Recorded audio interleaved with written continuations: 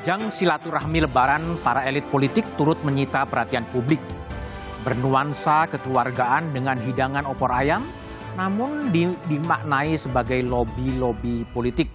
Pemilu presiden masih 2 tahun lagi, dukungan dan restu semakin ramai dijajaki. Tidak ada kepentingan yang abadi, berbagai kemungkinan koalisi masih mungkin terjadi. Lantas, akankah silaturahmi politik berujung pada koalisi? Inilah Satu Meja The Forum, silaturahmi politik dan arah koalisi.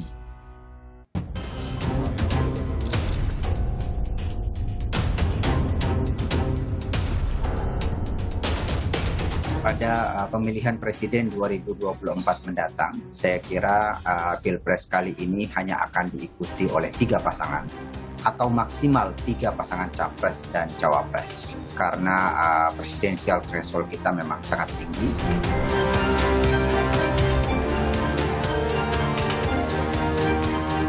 Prediksi saya 3 nama yang mungkin muncul dalam Rakernas Nasdem nanti, yang pertama adalah Ganjar Pranowo, Anies Baswedan, yang ketiga mungkin Andika Perkasa yang bisa menjadi kuda hitam.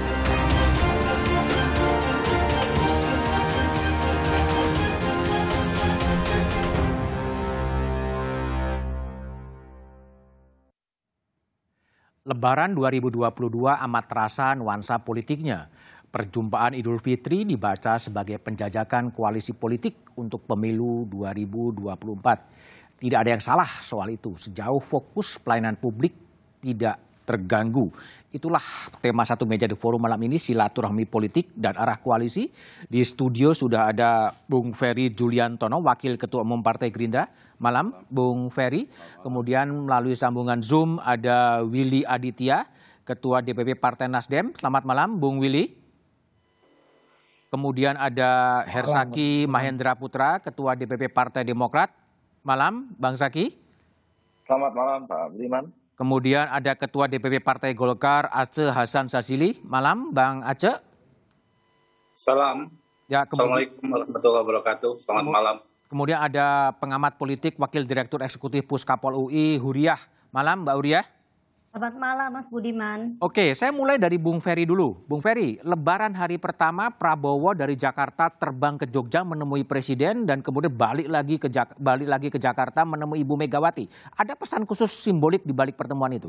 Ya, yang pertama kan memang kita juga dikejutkan sebenarnya Presiden menyelenggarakan kegiatan hari pertama Hari Raya Idul Fitri itu dilaksanakan di Jogja. Di Jogja.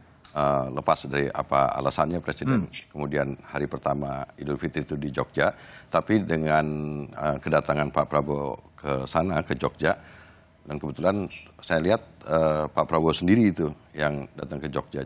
Jadi satu-satunya menteri yang hari pertama datang ke Presiden Jokowi. Rasanya seperti itu. Jadi saya lihat ada kesungguhan dari Pak Prabowo untuk datang ke Jogja, kemudian berlebaran dengan Presiden, dan itu menurut saya sesuatu yang diniatkan oleh Pak Prabowo, dan kemudian setelah itu balik ke Jakarta untuk menemui Ibu Megawati Soekarno Putri juga adalah dalam rangka untuk memberi prioritas dan penghormatan kepada Bu Megawati Soekarno Putri. Jadi kalau ditarik, ada pertama ke Jogja ketemu Pak Jokowi, setelah itu datang ketemu dengan Ibu Megawati Soekarno Putri, tentu di sini Pak Prabowo ingin sebenarnya menempatkan Presiden Pak Jokowi dan Bu Megawati Soekarno Putri sebagai figur penting yang menjadi prioritas dan diberikan penghormatan oleh Pak Prabowo untuk meluangkan waktu di hari pertama Lebaran Idul Fitri.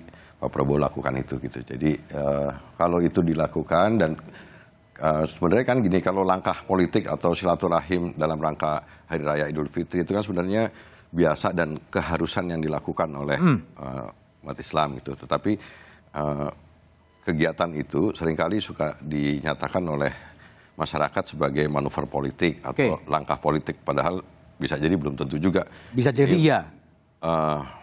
Kita nggak tahu juga apa yang dibicarakan, tetapi menurut saya momentum Lebaran ini pasti akan lebih banyak didominasi oleh pembicaraan-pembicaraan yang bersifat kekeluargaan lah. Gitu. Tapi Bung Ferry baca apa dari Pak Jokowi ke Ibu Megawati, terus kemudian ke Jawa Timur, dan kemudian bertemu dengan purnawirawan TNI yang dilakukan oleh Pak Prabowo? Ya, yang pasti dalam konteks dengan Pak Jokowi, Presiden, dan Bu Megawati Soekarno Putri, kelihatan Pak Prabowo ingin menjaga supaya hubungan antara Presiden dengan Ibu Megawati Soekarno Putri tetap bisa tetap solid gitu, tetap terjaga. Ada pembicaraan yang dibocor ke Ferry? Ya, nggak ada. Nggak ya? Saya belum ketemu dengan Pak Prabowo juga, karena saya juga lebaran di keluarga juga nih. Tapi kalau sebagai politisi yang dibaca apa itu? Kalau menurut saya ya, kalau lihat dari kecenderungan belakangan ini kan ada situasi, ada isu soal perpanjangan dan lain sebagainya, gitu, perpanjangan masa jabatan presiden dan sebagainya gitu. Jadi dan mendapatkan penolakan dari masyarakat luas itu, dan kemudian mungkin ya soal-soal yang seperti itulah yang dibicarakan. Iya, jadi kan termasuk akan ada koalisi PDIP Gerindra. Kalau itu ada rasanya, kalau menurut pendapat pribadi saya, Pak Prabowo sangat menjaga hubungan dengan Bu Megawati Soekarno Putri, adalah juga dalam rangka untuk menjaga hubungan antara Partai Gerindra dengan PDIP. Gitu.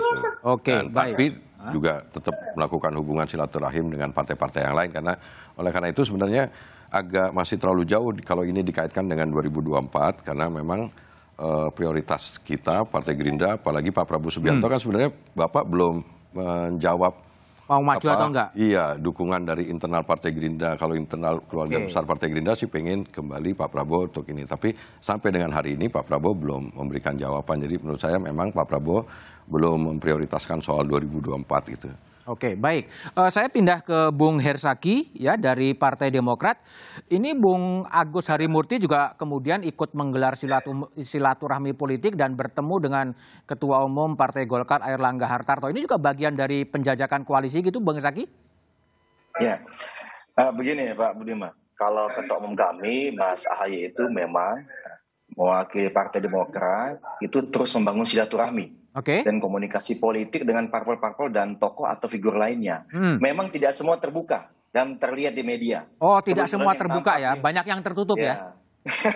Kebetulan saja yang terekspos kemarin adalah dengan Pak Airlangga. Gitu. Nah, intinya kan kita ingin mengetahui lebih jauh sebenarnya kesamaan visi ke depan antar partai politik ini. Karena kan bagaimanapun buat maju ke Pilpres 2024 tentunya butuh koalisi gitu.